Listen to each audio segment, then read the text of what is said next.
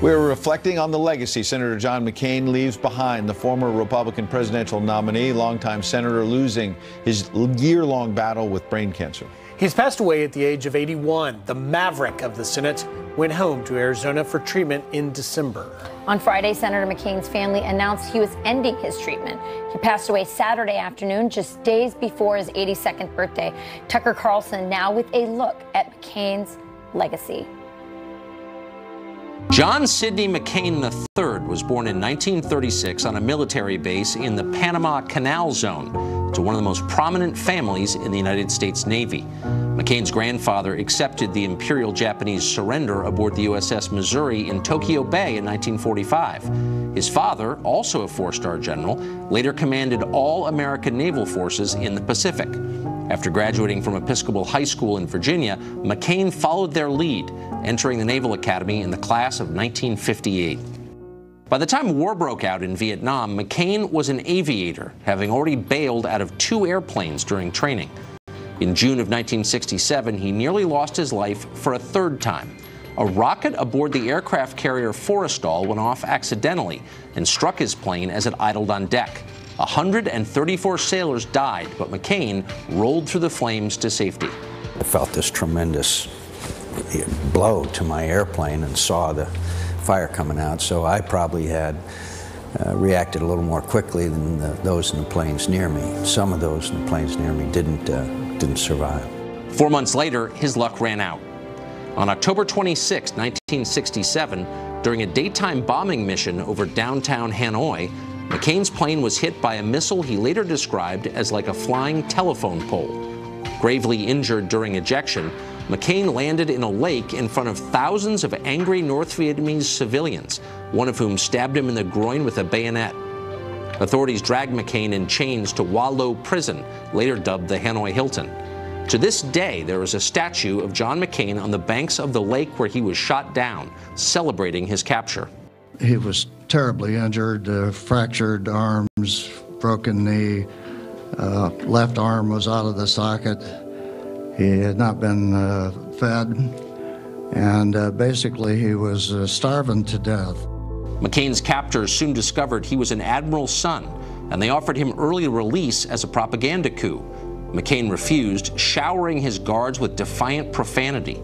He spent the next 3 years in solitary confinement being tortured with ropes.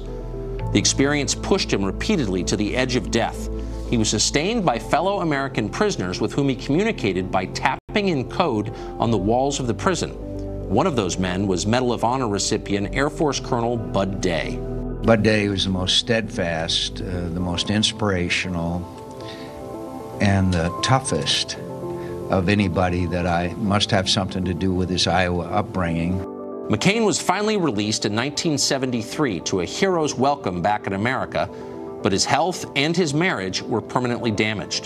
To the end of his life, he could never fully raise his arms, and though as a rule he never mentioned it, he sometimes needed help to brush his hair and dress. In 1981, he retired from the Navy as a captain and moved to Arizona to marry Cindy Hensley, a teacher from a prominent Phoenix family.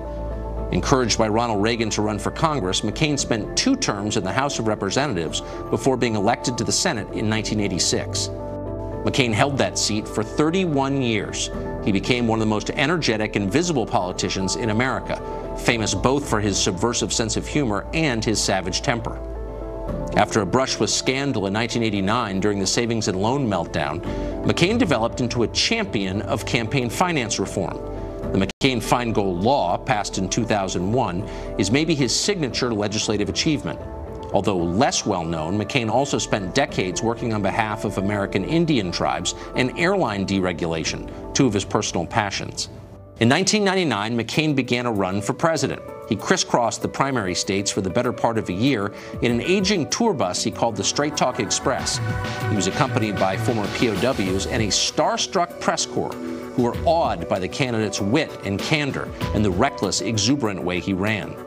For a brief period, it looked like McCain might win the nomination.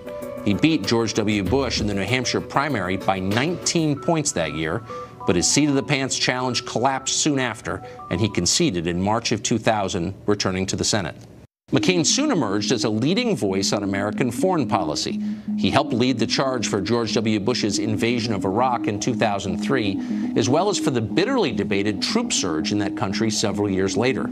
At the end of Bush's second term, McCain once again announced his candidacy for president. This time, he won the nomination. In a surprise move at the Republican convention in Minneapolis, McCain introduced his running mate, Alaska Governor Sarah Palin. He later conceded he barely knew Palin. Her addition boosted the ticket for a time, but in the end, unified media support for his opponent and a historic financial collapse that voters blamed on the Republican donor class proved insurmountable. McCain lost that race definitively in November. McCain's concession speech that year revealed as much about him as anything he ever said in public. Beneath the aviator's bluster and his legendary temper lay a bedrock of decency and a total commitment to good manners in the face of defeat. Senator Obama and I have had and argued our differences, and he has prevailed. No doubt many of those differences remain. These are difficult times for our country, and I pledge to him tonight to do all in my power to help him lead us through the many challenges we face. Back in the Senate, McCain retook his place as the most powerful voice for neoconservative foreign policy, expanded American military commitments abroad, nation building, the spread of democratic government. He rallied for military intervention in Libya against Muammar Gaddafi. He pushed for political reform in Egypt. He called for regime change in Syria. He became one of the few elected officials willing to argue for more American troops in Iraq and Afghanistan.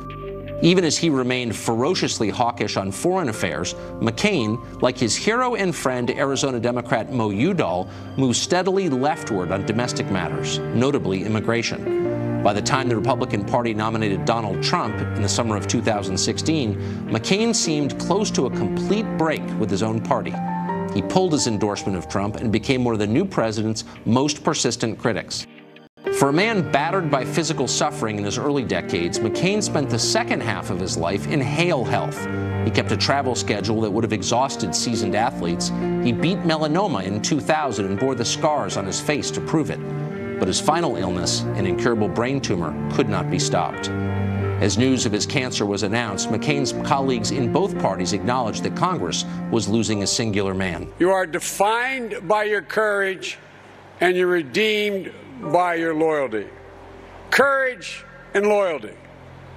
I can think of no better description of the man we're honoring tonight, my friend John McCain. The one thing that I like most about John McCain, he doesn't run away from the shortcomings. When you balance out John McCain's life, is something we admire. I don't know about you, but I feel like I've been very lucky to be in his shadow and to be his friend. John McCain is survived by his wife Cindy, 7 children, and his mother Roberta, who is 106 years old and every bit as tough as her son.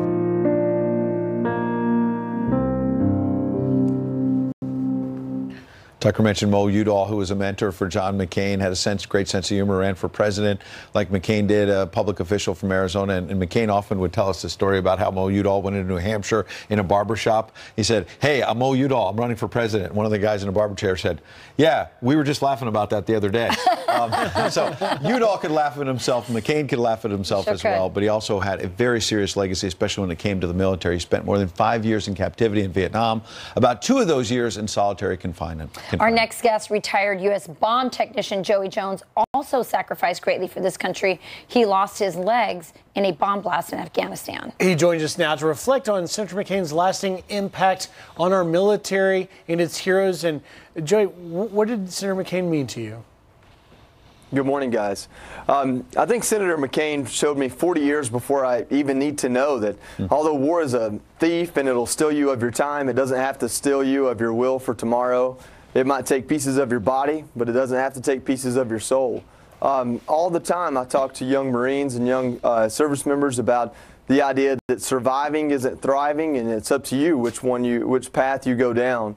And Senator McCain, to me, was always a symbol of that. You know, I guess you can say I came to the grand old party late. I didn't care about politics until 2008, 4 years into the Marine Corps, about to go to Afghanistan, having already survived Iraq. And that's when I really learned the story of Senator McCain, that it was beyond finance reform or a time in Congress. and learned about his time as a POW and how he treated this country when he came back. I just sent off a group of service members last week, and the last sentiment was that we need humility and triumph and fortitude and failure, and it's the time in between when we need resilience. And I think no man that I can speak of or that I've ever met, unlike Senator McCain, has seen triumph and defeat at the levels he has, but he probably changed this world the most during his time in between, and that's when he was most resilient. Joey, you actually did get to meet him in 2011 at a dinner in Georgetown. Tell us about that. I did. I oftentimes disarm people with my own humor, sometimes self-deprecating. And so I was at a dinner in 2011, just about a year after I lost my legs, raising money for a PTSD retreat that was, in my opinion, ahead of its time there in Northern Virginia. And towards the end of the dinner, he was asked to stand up and speak. It was very small, maybe 24 people at most. And as he started to speak, someone mentioned or said, you know, we still love you even after you lost the campaign. And asked how he was doing. And he said, well, you know, after the campaign in 2008, I slept like a baby.